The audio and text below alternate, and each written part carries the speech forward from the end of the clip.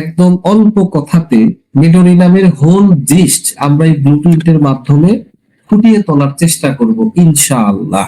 আপনারা অত্যন্ত মনোযোগ দিয়ে গভীর মনোযোগের সাথে এই ব্লুপ্রিন্টটা যদি কেউ একবার মাথায় ঢুকিয়ে নিতে পারেন, ইনশাআল্লাহ আজীবন আর মেডোরি নাম কখনো আপনারা ভুল হবে না, মেডোরি নামকে চিনতে কখনো ভুল হবে না।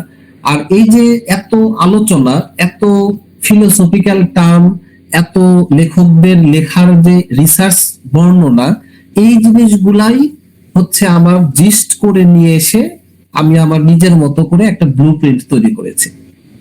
দেখেন, আমরা শুরু করছি। Heart of sycotic miasm. মেডোরি নামটাকে বলা হয় সাইকোটিক মায়াজমের কেন্দ্র, একদম সাইকোটিক মায়াজমের হার্ট বলা হয় হচ্ছে মেডোরি নামকে। আর এটা তো আমরা আগেই ক্লিয়ার করে আসছি যে হার্ট কি কাকে বলে।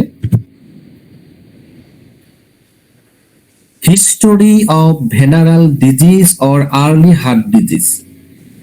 রোগীর ভেতরে যৌনবাহিত কোন রোগের, যেমন হইতে পারে গনোরিয়া বা আদার্স কিছু ভেনারাল ডিজিজ আছে, এই ডিজিজ গুলার একটা হিস্ট্রি থাকবে, অথবা আর্লি হার্ট ডিজিজ, তার জীবনের অল্প বয়সেই কিছু হার্টের রোগ দেখা দিতে পারে। তাহলে এটা কিসের হিস্টোরি? হইতে পারে মেডোরি নামের নিজের, রোগীর নিজের হিস্ট্রি, অথবা মেডোরি নামের ফ্যামিলি হিস্ট্রিতে আমরা এটা পাবো, venereal disease or early heart disease আমরা পাবো।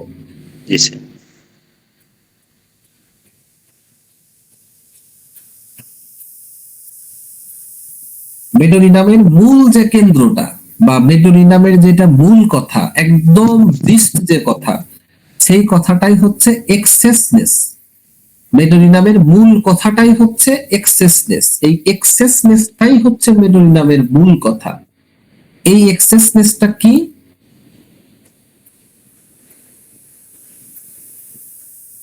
Mental excessness, physical exercise. তাহলে এক্সেসনেসটা ইজ দ্য কি পয়েন্ট অফ মেডোরি নাম বা ইসেন্স অফ মেডোরি নাম। এবং এটা এক্সেসনেসটা কোন লেভেলে? মেন্টাল লেভেলে এবং ফিজিক্যাল লেভেলে। আচ্ছা, এখন মেডোরি নামের একেবারে ফিজিক্যাল লেভেলের কিছু এক্সপেন্সে, একদম এক্সেসনেসের কিছু বিকশিত অবস্থার কিছু জিনিস আমরা দেখব, সিম্পটোম্যাটোলজি দেখব। সেটা কি? Hypertrophy or hyperplasia. এই এক্সেসনেসটা ফিজিক্যালের ভিতরে হাইপারট্রফি অর হাইপারপ্লাসিয়া দ্বারা বোঝানো হয়। তো হাইপারট্রফি মানে কি? What is hypertrophy? কোনো অর্গান বা কোনো জিনিস যদি সাইজে বড় হয়, কোনো জিনিস বা কোনো অর্গান যদি সাইজে বড় হয়, তাহলে তাকে বলা হয় হাইপারট্রফি। যেমন হার্ট যদি সাইজে বড় হয়ে যায়, আকৃতিতে বড় হয়ে যায়, তাহলে তাকে বলা হয় হাইপারট্রফিক হার্ট। আর হাইপারপ্লাসিয়া, হাইপারপ্লাসিয়া মানে সংখ্যায় বৃদ্ধি, পরিমাণে বৃদ্ধি, সংখ্যাতে বৃদ্ধি, এটাকে বলা হয় হাইপারপ্লাসিয়া। যেমন আপনি যদি উদাহরণ দিয়ে বুঝতে চান, তাহলে আপনি বুঝতে পারেন যে ইউটিআই ইনফেকশনের ক্ষেত্রে 5 ছেলের যে নরমালিটি 2 থেকে 4, এটা হচ্ছে নরমাল কাউন্ট আর কি। আর যখন এইটা 5-এর উপরে চলে যায়, এটা তার মানে হাইপারপ্লাসিয়া হইল। এবং এইটা যখন পেলেন্টি লেভেলে চলে যায়, এটা মানে আনকাউন্টেবল চলে গেল, এটা হলো হাইপারপ্লাসিয়ার একটা উদাহরণ, সংখ্যায় বেড়ে যাওয়া। ডায়াবেটিস, এটা যদি আপনার সংখ্যার যে পয়েন্ট আছে, এই পয়েন্টটা যদি র্যান্ডম ব্লাড সুগার নরমালি সাধারণত 6 থেকে 7-এর মধ্যে বা 7.5 পর্যন্ত নরমাল ধরলাম, এখন যদি 8, 10, 15, 20 হয়ে যায়, তাহলে এটা হচ্ছে হাইপারপ্লাসিয়া। ওয়ার্ম ব্লাডেড, রোগী গরমে কাতর। কেমন গরম কাতর? এক্সেস গরম কাতর।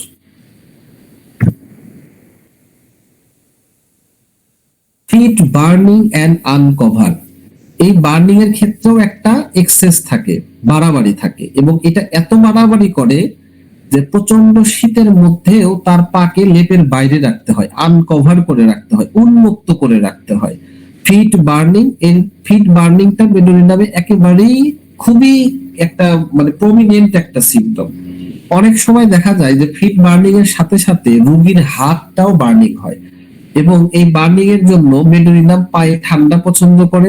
শীতের মধ্যেও কম্বল কাঁথা লেপের বাইরে তার পা রাখতে হয়। অনেক সময় পায়ের জ্বালা পোড়ার কারণে সে পায়ের নিচে বরফ দিয়ে রাখতে চায়, পা বালতিতে ভিজিয়ে রাখতে চায়।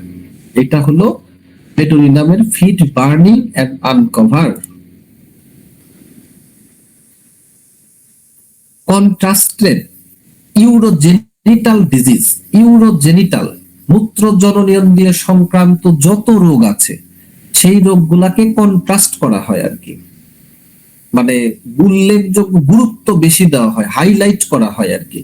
Urogenital disease, any kind of urogenital disease, সেটা হইতে পারে ইউটিআই হইতে পারে, সেটা হইতে পারে ফাইব্রয়েড টিউমার হইতে পারে, পলিসিস্টিক হইতে পারে, ইউটাই ইনফেকশনের সাথে আপনার পিআইডি হইতে পারে, পেলভিক ইনফ্ল্যামেটরি ডিজিজ হইতে পারে, তারপরে আপনার এনি কাইন্ড অফ যে মানে মূত্র জননীয় সংক্রান্ত যে প্রবলেম গুলি আছে এই সবগুলা মেডোরিনামের মধ্যে কন্ট্রাস্টেড আর কি, উল্লেখযোগ্য ভাবে পাওয়া যায় আর কি। পেইনফুল সোল, পায়ের গোড়ালিতে ব্যথা, পায়ের পাতার ব্যথা, এটাও মেডোরিনামে খুবই এক্সেপশনাল একটা ফিজিক্যাল সিম্পটম। ডিসচার্জ, মেডোরিনামের যে ডিসচার্জ, এটা একটা গুরুত্বপূর্ণ মনে রাখার বিষয়, কারণ এই ডিসচার্জ যতক্ষণ ভালো থাকে ততক্ষণই মেডোরিনামের একটা ভালো অ্যামিনেশন বোধ অনুভব করে আর কি। আর এই যখন স্রাব গুলাকে যখন চাপা দেওয়া হয় ঠিক তখন থেকেই মেডোরিনামের ঠিক ডিপ লেভেলের একদম ডিপ সিটেড কিছু প্রবলেম দেখা দেয় আর কি। এবং মেডোরিনামের ডিসচার্জ গুলা হয় প্রফিউজ হয়, প্রচুর পরিমাণে হয়, এবং ডিসচার্জ গুলি একটা মেডোরিনামের একটা বড় বর্ণনার জায়গাকে দখল করে। একজিমা অফ চিলড্রেন, হ্যাঁ এই চিলড্রেনটা কারা, একদম বাচ্চাদের একজিমা। এমনও হইতে পারে যে এই বাচ্চাটা একজিমা নিয়ে জন্মগ্রহণ করলো বা জন্মের খুব অল্প সময়ের মধ্যেই তার একজিমাটা গ্রো করে ফেললো। তার মানে ইনফ্যান্সি বা ইনফেন্টাইল যে সিচুয়েশন, একদম নবজাতকের যে একজিমা গুলি হয়, এই একজিমা গুলা বা শরীরে বিভিন্ন লাল দাগ নিয়ে সে বাচ্চাটা জন্মগ্রহণ করতে পারে, এবং কিছুদিনের মধ্যেই সারা একজিমা ডেভেলপ করবে। এই জিনিসগুলা মিনস সে সাইকোটিককে বহন করছে, ক্যারি করছে, তার বংশীয় সাইকোটিককে সে ক্যারি করছে। Rheumatism and asthma, rheumatism and asthma, এই যখন গনোরিয়াকে সাপ্রেসড করা হয় তখন আসলে এইটা বিভিন্ন ম্যানিফেস্ট হিসাবে বিভিন্ন ভাইটাল ফোর্সের স্টেজ পার হয়ে সেন্টার টু পেরিফারি হয়ে এইটা আপনার বাত ব্যথা এবং অ্যাজমাতে কনভার্ট দেয়। এবং সাইকোটিক দোষের বড় দুইটা ম্যানিফেস্টেশন হচ্ছে রিউম্যাটিজম এন্ড অ্যাজমা, যেটা আমরা এক্সেসনেস দ্বারা ধরতে পারি মেডোরিনামকে, যা খুব ভালোভাবে কভার দেয়। এন্ড স্লিপ অন অ্যাবডোমেন, এটা মেডোরিনামের একেবারে স্বতন্ত্র একটা লক্ষণ, সে উপর হয়ে ঘুমায়। মেডোরিনামের মোটামুটি ফিজিক্যাল লক্ষণগুলোর মধ্যে hypertrophy or hyperplasia, rheumatism and asthma, discharge, warm-blooded, feet burning and uncovered, slipped on abdomen, contrasted urogenital disease, eczema of children, painful soles, এই জিনিসগুলা মোটামুটি মেডোরিনামের বিভিন্ন ক্ষেত্রে বিভিন্ন স্পেয়ার দিয়ে আমরা এগুলোর উপস্থিতিগুলি পাই। এবার আসেন এক্সেসনেস অফ দ্য মেন্টাল। হাইপারসেক্সুয়াল, অতিরিক্ত যৌনতা, যেটা আমরা আগে ব্যাখ্যা করে আসছি। আশা করি এখন আর এই ব্যাখ্যাগুলো এখন আর দেওয়ার প্রয়োজন হবে না ইনশাল্লাহ, কারণ এই জিনিসগুলাই আমরা এতদিন এই 2 দিন 3 দিন হলো ব্যাখ্যা দিয়ে আসতেছি আর কি। তারপরে প্যাশনেট, প্রচুর প্যাশনেট পেশেন্ট, এদের প্যাশন এত বেশি থাকে, মানে চরম লেভেলের তাদের প্যাশনেট থাকে তারা। উইক মেমোরি, তাদের মেন্টালের ভিতরে উইক মেমোরি, তার স্মৃতি শক্তির যে ব্যাপারগুলি, এইটার একটা খুব বড় স্পেয়ার আমরা পাই। এবং এটার এক্সেসনেস দ্বারা আমরা এত পাই, এই উইক মেমোরির এক্সেসনেসটা যে এত বেশি হয়, কখনো কখনো রোগী পরীক্ষার হলে লিখতে লিখতে জানা জিনিস একটা অক্ষর ভুলে যায়। আপনি পরীক্ষার খাতায় লিখতেছেন, লিখতে লিখতে হঠাৎ করে আপনি পি শব্দ ভুলে গেছেন, ই শব্দ ভুলে গেছেন, কেমন হয় এটা বলতে পারছেন না, মনে করতে পারছেন না, এমন লেভেলের এক্সেসনেস অফ উইক মেমোরি হয়ে যায়, মানে উইক মেমোরির এত এক্সেসনেস হয়ে যায় আর কি, ঠিক আছে। এবং এমন সময় রুগী দেখা যাচ্ছে যে রুগীর রাস্তাঘাট, এমনকি নিজের নাম পর্যন্ত সে ভুলে যায়, তার ছেলে মেয়ের নাম পর্যন্ত ভুলে যেতে পারে। এটা হলো উইক মেমোরির এক্সেসনেস। তারপরে মেন্টালের ভিতরে আমরা নাইট লাভার, সে রাতকে অনেক ভালো বোধ করে, রাতে সে অনেক ভালো লাগে বা রাতকে সে পছন্দ করে দিনের তুলনায়, এই একটা মেন্টাল স্পিয়ার। এবং এই যে total hyper sexual, passionate, weak memory and night lover, মেন্টালের এই যে জিনিসগুলা, এই জিনিসগুলা এক্সেসনেসটাকে রিপ্রেজেন্ট করে বাই দ্য ডিফল্ট। বিভিন্ন ডেলিউশন আছে এর মধ্যে, বিভিন্ন ডেলিউশন দ্বারা। বিভিন্ন ডেলিউশনটা কেমন মেডোরিনামের, ওই যে পিছনে পিছনে কেউ হাঁটতেছে, পিছনে পিছনে কেউ মনে হয় আছে, পিছনে পিছনে কেউ ফিস ফিস করে কথা বলতেছে, এই যে পিছনের দিকের যে ডেলিউশন গুলা, এগুলাও তার মনে হয় ডেলিউশনে।